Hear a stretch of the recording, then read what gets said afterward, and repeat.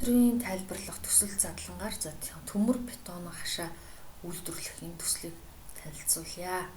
За энэ төмөр бетон үйлдвэрлэх төсөл маань ер нь бол Монгол улсад бол маш их эрэлт хэрэгцээтэй. Яагаад гэвэл одоо ихэнх хашаанууд маань модоор барьсан байгаа шүү дээ, тийм ээ. Тэгэхээр одоо бол жил болгон л одоо модны нөөц багасж байна. Тэр болгон бид нэр эрүүл одоо мод аваад тэрийгэ бан золгоод ингээд хашаална гэдэг бол өөрөө бас одоо байгаль орчинд одоо сөрөг нөлөө үзүүлэх юм хандлагатай.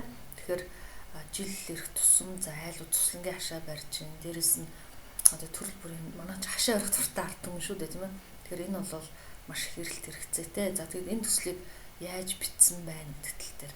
За ер нь яг энэ тухайн төсөл маань бол за төмөр бетон үйлдвэр байгуулахын төсөл байгаа. Тэгэхээр магадгүй одоо аймаг болгонд энэ төмөр бетон үйлдвэр байгуулчих юм бол тухайн аймгийн хэрэгцээ, сумын хэрэгцээг хангах юм боломжтой юм аа. Тэгэхээр энэ төсөл бол интернет дээр бас бэлэн хүмүүсийн зардаг энэ төслүүд дээр задлан хэлсэн байгаа. Тэгэхээр энэ дээр бол тухайн хувь хүний одоо хаана байдаг, утас нь хаана гэдэг нууцлал бол байхгүй. Тэгэхээр энэ загварыг одоо хаана ч гэсэн ашиглах боломжтой шүү. За ер нь бол бизнес төлөвлөгөө гэдэг бол би яагаад ингэж сурлаар хүргээд байгаа вэ гэхээр ер нь бизнес эхэлж байгаа хүмүүс ч адилхан, бизнесээ хөгжүүлж байгаа хүмүүс ч гэсэн адилхан. Эхлээд хийх гэж байгаа зүйлээ цаасан дээр буулгах хэрэгтэй. Тэгжээж яг одоо хичнээн төрний тоног төхөөрөмж орох уу, хичнээн төрний эргэлтийн өрөнгө орох уу гэдгийг мэдхгүйгээр тухайн бизнесийн ялангуяа мэдхгүй байгаа салбар руу орно гэдэг бол өөрөө маш их эрсдэлтэй. Тэм учраас цаасан дээр заавал төслөө буулгаж байгаарэ. За ингээд төсөл рүүгээ оръё. За төслийн хувьд төслийн агуулга хэсгийг харах юм бол за нэгдүгээрх нь төслийн танилцуулга хэсэг явагдсан байна. За төслийн танилцуулга дээр бол за төслийн компани танилцуулга, удирдагчийн танилцуулга, төслийн одоогийн үйл явцыг ямар байгаа, ямар одоо зорилттой байгаа гэдэг тухай танилцуулж байна. За энэ бол бас болж байна. За нөхцөл байдлын шинжилгээ. За ерөнхийдөө бизнес төлөвлөгөө хийхэд энэ макро болон микро орчны буюу зах зээлийн судалгаа бол маш чухал байдаг. За макро орчны хувьд бол улс төр, за хүн ам зүй, нийгэм, эдийн засаг, технологи, за хууль эрх зүй гэсэн энэ бүх шинжилгээнүүд бол оржээ гэж ойлгож байна. Энэ дээр нөгөө environment буюу байгаль орчны шинжилгээ бол алга. Өөрөөр хэлбэл энэ дээр PESTEL шинжилгээ бас хэлсэн байна л да. PESTEL гэхээр политик, economic, за social нийгэм байна, тийм ээ. Технологи байна. За law буюу хууль эрх зүй байна. E буюу economic, the environment гэдэг нь алга байна. За микро орчны хүчин зүйл дээр салбарын судалгаа, өрсөлдөгч, хэрэглэгч, сууц шинжилгээ. За энэ байж болж байна. За маркетинг дээр бол бүтээгдэхүүн, за маркетингийн зорилго, за идэвхжүүлэх ба хуваарлалт. За болж байна. За хүний нөөцийн төлөвлөгөөнд дээр бол зохион байгуулалт, орон тооны төлөвлөгөө, цалин, за сургалт хөшлийн төлөвлөгөө гэж оруулсан байна. За үйлдвэрлэл дээр бол үйлдвэрлэлийн процесс, тоног төхөөрөмж, үйлдвэрлэлийн төлөвлөгөө, за ингээд санхүүгийн төлөвлөгөө буюу ерөнхийдөө бизнес төлөвлөгөөнд орох ёстой 6 бүртгэл хэсэг бүгд оржээ гэж ойлгож байна. Санхүү дээр бол орлого, зардал, үр ашиг, за хөрөнгө оруулалт, үр ашигын шинжилгээ гэж оруулсан байна. За төслийн танилцуулга хэсэг. За төслийн танилцуулга хэсэг дээр бол төслийн нэр байх ёстой, тийм ээ. За төслийн нэр бол оноос нэр байх ёстой. За энэ дээр төмөр бетон хашаа үйлдвэрийн төсөл гэсэн байна, тийм ээ. За төсөл хэрэгжүүлэгч компани, за хөрөнгө оруулалт нь бол 250 сая төгрөгөөр 5 жилийн хугацаатай. За өдөрт хэдэн одоо 12 ширхгээ гэдэг энэ төмөр бетон хашаа үйлдвэрлэнэ гэдэгдсэн байна. За үйлдвэрлэлийн хэмжээний хувьд бол 13 оны төсөл байна, тийм ээ. За ямар ч байсан 10 жилийн хугацаанд одоо өдөрт хэдийг үйлдвэрлэнэ. За энийг харахад бол жил болгон адилхан байна, тийм ээ. Гэтэл яг бид нар бодит байдал дээр жилд яг адилхныг үйлдвэрлэхгүй шүү дээ, тийм ээ. Жил болгон л үйлдвэрлэлийн тоо хэмжээ өсөх ёстой. Энд дээр өсгөж хичүүл зүгээр муу гэж харж байна. За шууд өртөг. За өртгөө утсан байна, сайн байна. За нэгжид ногдох зардлаа утсан байна, дундаж үнэ утсан байна. За орлогыг мөн л одоо жил болгоноор таамагласан байна. За ашгийг бас таамагласан байна. За энэ бас болж байна. За ашигын түвшин, ашигын маржин бол 9% гэдэг нь бага байна. Цэвэр ашигын түвшин 8% бол бага байна. За энэ дээр ашигын түвшин бол орлуулсан зардал буюу нийт ашиг хэд байна вэ? За өнөөгийн үндэснийг бас харуулсан байна. За хөрөнгө оруулалтын өгөөж 29%. За энэ бол нөгөө ашигтай харьцуулахад өгөөж бас өндөр байна гэж харагдаж байна. За ингээд төслийн танилцуулга буюу нэгдүгээр бүлэг рүү оръё. За төслийн танилцуулга. За ерөнхийдөө энэ байгууллагт үйлдвэр нь бол энд байрлална тийм ээ. За ийм маркаар хашаа үйлдвэрлэнэ. За ерөнхийдөө энэ төсөл маань 3 үе шатаар үйлдвэрлэнэ гэж харагдаж байна. За эхний үе шатанд бол тоног хөрөмж судалгаа энэ гэрээ энэ за үйлдвэрийн байрны зураг бол гаргана. Ерөнхийдөө 12 сард санхүүжилт авчих юм бол энэ 4 сар хүртэл ийм одоо судалгааны үе шат явагдана. За тэгээд 4 сараас яг үйлдвэрийн байраа ороод ерөнхийдөө бид нар 4 сар гэдэг бол харьцангуй дулаан орчдөг шүү дээ тийм ээ. Хэрвээ энэ үйлдвэрийн байраа одоо үйл байрнаа гэх юм бол энэ үнэмшгүй болчихно. Тэгэхээр аль болохоор үйлдвэрийн байраа 4 сард бариад тоног хөрөмж авна гэсэн. Энэ бол бас юуны хувьд арай бодит байдалтай бол нийцэж байна тийм ээ. За энэ дэр хүмүүс бас айгүй худлаа бичдэг шүү. Тэгээ үйл байр барьна, үйл тоног хөрөмж авна. За үйл авч болно тийм. Үйлдвэрийн байрны хувьд бол за 4 сараас хойш бариул зүгээр. За тэгээ тоног хөрөмж авлаа, суйрлууллаа. За үйлдвэрийн ашиглалтанд бол орох юм байна гэж ойлгож байна. За тэгээд үйл ажиллагаагаа докторжуулна. За тоног хөрөмж үйлдвэрийн ашиглалтыг сайжруулна. За энэ бол болж байна. За тэгээд эргэлтийн өрөнгөө нэмэгдүүлнэ гэж. За тэгээд 3 дугаар үештэнд бол бүтээгдэхүүн үйлдвэрлэл явагдах юм байна. Хүчин чадал нэмэгдэх юм байна. За тэгээд одоогийн байдлаар бол тоног хөрөмжийн судалгаа хийсэн. За тоног хөрөмж авахар ярьсан байгаа гэж байна тийм ээ. За төслийн үндсэн зорилго. За ерөнхийдөө нэгдүгээр хэсгээр бол нөгөө компани одоогийн үйл явц ямар байна, хэн хэрэгжүүлэх гээд байгаа, одоо процесс яаж явагдах гээд байгаа, үе шат тийм ээ. За үйл ажиллагааны төлөвлөгөөг бол харлаа. За төслийн зорилго зорилт. За төслийн зорилго бол Монгол улсын дэд бүтцийн салбарт эрчимтэй хөгжиж буй эрчим хүчний за салбарын төмөр бетон ашиг өсгөн нэмж буй хэрэгцээний тодорхой үеийг хангах зорилгоор орчинд нөлөөлөхгүй хаягдлагүй технологийн дагуу олон улсын шаардлагаас орчин технологи төмөр бетон ашиг үйлдвэр барих зорилготой гэж. Энэ бас нэлээд нуршсан өгүүлбэр байна тийм ээ. За ямар ч үсэ. Тэгэхээр төслийн зорилгодоор юу ч вэ гэхээр бид нар аливаа төсөл бол хэрэглэгчийн асуудлыг шийдэж байгаа шүү дээ тийм ээ. Тэгэхээр хэрэглэгчд яг ямар асуудалтай байгаа тэрийг одоо манай салбар яаж шийдэж байгаа гэдэг шийдлийг оруулж өгвөл зүгээр хасаа гэж бодож байна. За тэгээд энэ зорилгодоо хүрэхин тулд энэ зорилтыг төвшүүлсэн гэж энэ үйлдвэр байгуулна. За зах зээлд нийлүүлнэ. За өндөр чанартай бүтээгдэхүүн нийлүүлнэ. За хэрэглэгчийн хэрэгцээг хангана, ажлын байр бий болгоно. За ач холбогдол нь бол за төслийн зорилго бол болж байна. За зорилго бол зорилт тийм ээ. Зорилт бол зорилгодоо хүрэх арга зам байдаг шүү дээ тийм ээ. Тэгэхээр тухайн ямар зорилго тавьсан. За энэ зорилтондоо хүрэхэд бол юу хийх вэ гэдэг алхмууд бол байгаа. За ач холбогдол. За дотоодын төмөр бетон өснө нэмж буй хэрэгцээний тодорхой хувийг хангана. За энэ бас болж байна тийм. Тэгэхээр тодорхой гэдэг нь хувиа зааж тодруулж өгөх зүгээр. За импортын тодорхой хувиар буурна, тодорхой бууруулна. За энэ тодорхой гэдэг нь тоо ерөөс харагдахгүй тийм. Ашиг нэмэгдэнэ, орлогыг бүрдүүлнэ, ажлын байраар хангана. За энэ бол нөгөө тодорхой гэдэг дээр тоо байсан бол бас зүгээр байсан юм уу гэж харж байна. За нөхцөлөдлийн шинжилгээ. За макро орчин. За энэ макро орчны судалгааг хийхэд бол бас нэлээд мэдлэг хэрэгтэй. За жишээ нь улс төрийн нөхцөл байдал, гадаад нөхцөл байдал юу болж байгаа, хүн ам зүй юу болж байгаа ч гэдэг юм уу те. За хууль зүйн орчны хувьд бол энэ хүү салбар бэрхшээлтэй зүйл байхгүй гэж. Манай улс дотоодын хөрөнгө оруулалт дэмжих бизнес эрхлэл таатай нөхцөлийг ус хууль зүйн орчин бүрэлдэн тогтсон. Төрөөс авч хэрэгжүүлж буй бодлого татварын орчин зэрэг үйлдвэрлэл явуулах олон төрлийн боломжийг олгодог ба шинэ тоног хөрөмж за ингэ гэж. За ерөнхийдөө улс төрийн нөхцөл байдал дээр бол төрөөс одоо ямар бодлого баримталж байгаа гэдэг зүйл байвал зүгээр одоо бол 20-50 хөтөлбөр гарсан шүү дээ. Тэгэхээр та хэд маань 20-50 алсын хараа за Монголын одоо 2050 он хүртэл Монгол улс маань яаж хөгжиж байгаа энэ дотор яг манай чиглэл байна уугүй те засаг дарга болон за тухайн засаг даргын одоо 4 жилийн мөрийн хөтөлбөрт бас байна уугүй нийслэлийн хувьд орон нутгийн хувьд гэж бас харуул зүгээр. За хүн ам нийгэм зүйн хувьд бол соёлын орчныг хэлж байгаа шүү дээ. Тэгэхээр хүн ам зүйн хувьд хэдэн хүн ам байна, хэдэн компани байна. Тэрний хувьд танаа яг зорилттой хэрэглэгч хин юм бэ гэдгийг бичнэ гэсэн. За энэ дээр бол Улаанбаатар гэсэн учраас 64.2 хүн Улаанбаатар хотод амьдарч байгаа гэж. За тэгээд хот суран газар ажлын байр найдвартай олдсон хүмүүсийг ихээр татаж хотчих үйл явц улам өргөжүүлсээр байна. За ерөнхийдөө хүн ам зүй нийгэм соёлын хувьд бол яг тухайн бүтээгдэхүүнийг хэрэглэх яг хүн ам зүй эрэлт байна уугүй байвал яг хэд байгаа вэ? За ер нь соёл нь өөрөө яаж явж байгаа гэдэг энэ дээр тайлбарлана.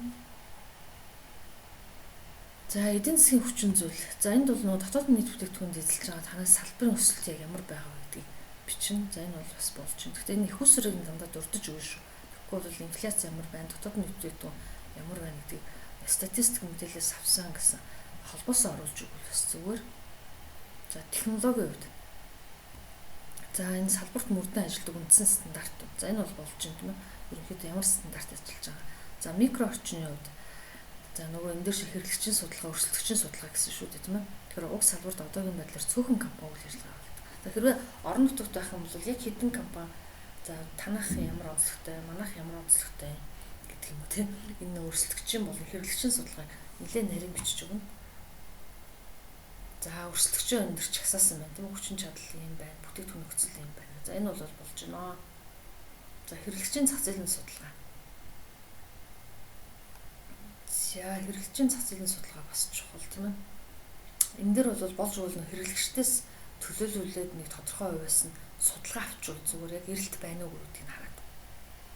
За тэгээ нэг бол тодорхой дурдж өгнө. Зарим нь цаасаар авч болно, зарим сошиалор ч юм авч болно шүү дээ тийм ээ.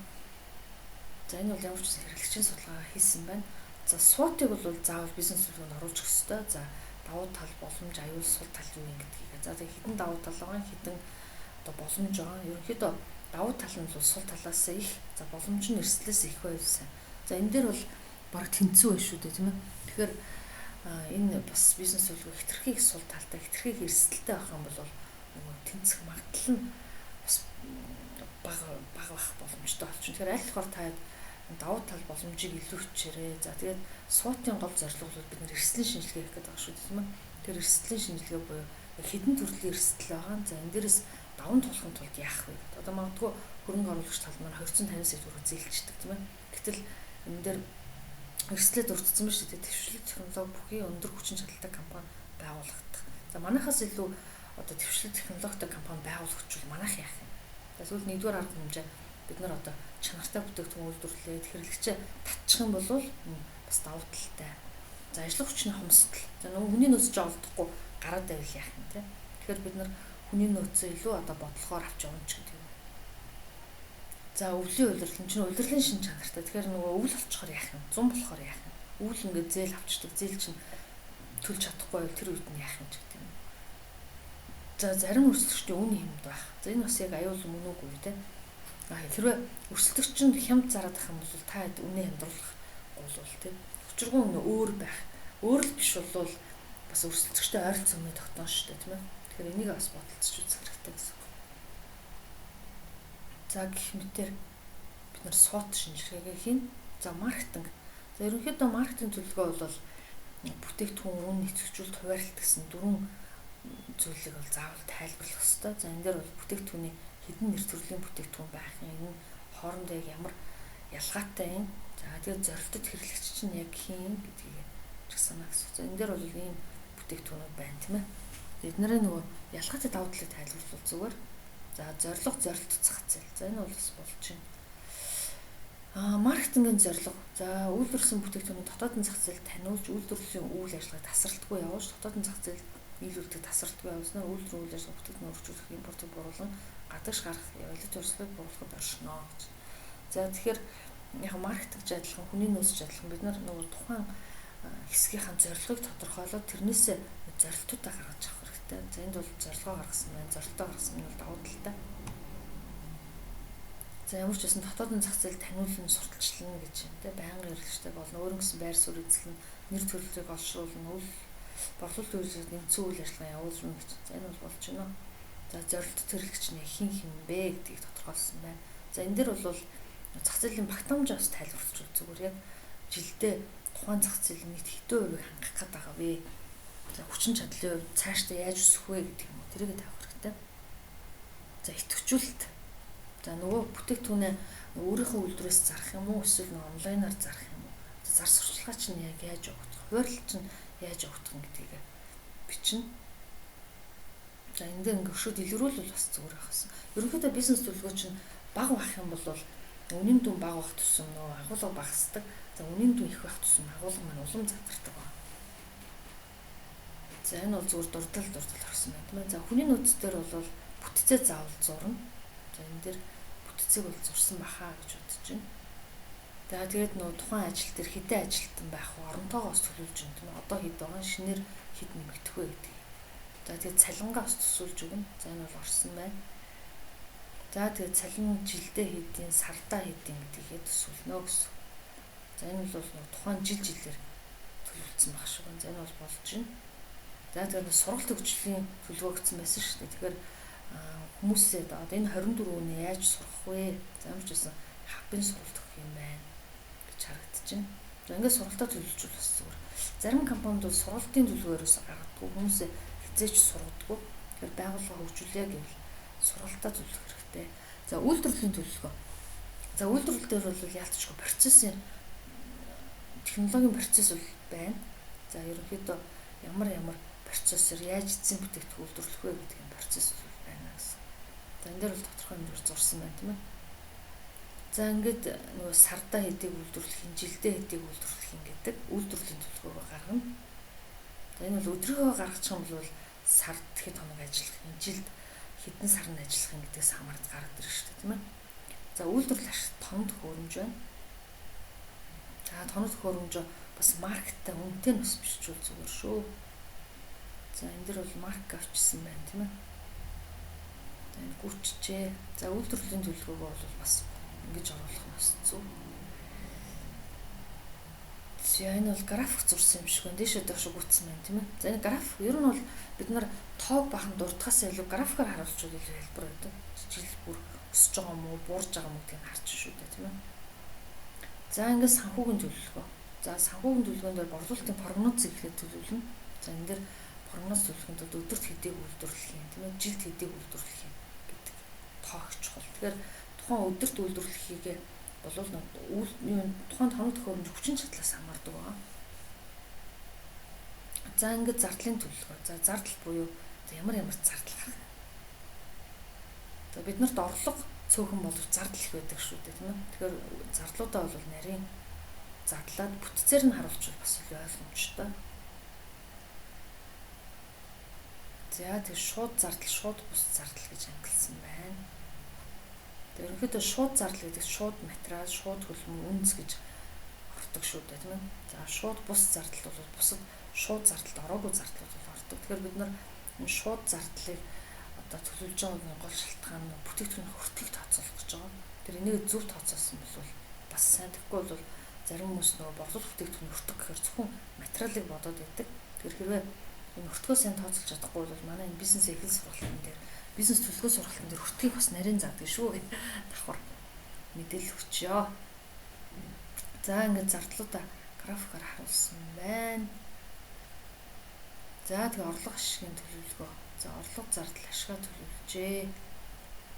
За энийг нэг хүснэгтэнд бас оруулсан байна болж байна. За мөнгө урсгалын төлөвлөгөө графикаар болон за хүснэгтээр харуулсан байна. За үр ашигын төлөвлөгөө нийт хөрөнгө оруулалтанд хичнээн төр. Ер нь энэ орлого зардал мөнгө урсгал хоёр ч өөр шүү. Мөнгө бол зөвхөн оны эхэнд болно сүүлд хэд үлдсэн тэг эцэст нь хэд үлдэх үү. За энэ дээрс ашигаа одоо хэдэн жилийн дотор нөхөх үү гэдэг нь харагдаж байна. 250 сая зэлзэн байсан шүү дээ. Тэгэхээр энэ дээр бол 4 дахь жилдээ энэ хөрөнгөлцсөн ашиг дээр 263 сая үлдчихэв. За 10 жилийн хугацаанд тэр төмөр явж өгч юм тийм ээ. Тэгэхээр яг 10 жилийн төлөвлөгөөн дээр бол 7-8 жил дээр бас байвал зүгээр гэдэг.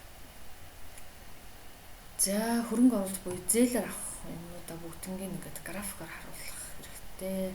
За энэ жоохон гүйтсэн баг шиг байна тийм ээ. За ийм байдлаар төслөө өччихөө. За энэ бол бас ерөнхийдөө бас болж байгаа. Гэхдээ яг юу дотор нь бас дутагдaltaй зүйлүүд бас байна тийм ээ. За ийм байна. За тэгэхээр бид нар энэ бизнес төлөвлөгөөгөө ер нь нэг боддоор бичиж за бизнесийнхаа үйл ажиллагаа эхлүүл зөв. Тэгэхээр бизнес төлөвлөгөө маань ганцхан зээл авахаас гадна одоо манай дээр тийм ээ за үр ашигаа тооцоход хүний нөөцөө удирдах бизнесийн системээр харахад бол ач холбогдолтой байдаг. Тэгэхээр аль болохоор бизнес төлөвлөгөөгөө бичиж дараагийнхын зүйлээ төлөвлөж байгаарай гэж хүсье. За ингээд бүгдэнд нь анхаарал тавьсан бүгдэнд амжилт хүсье. За баярлалаа.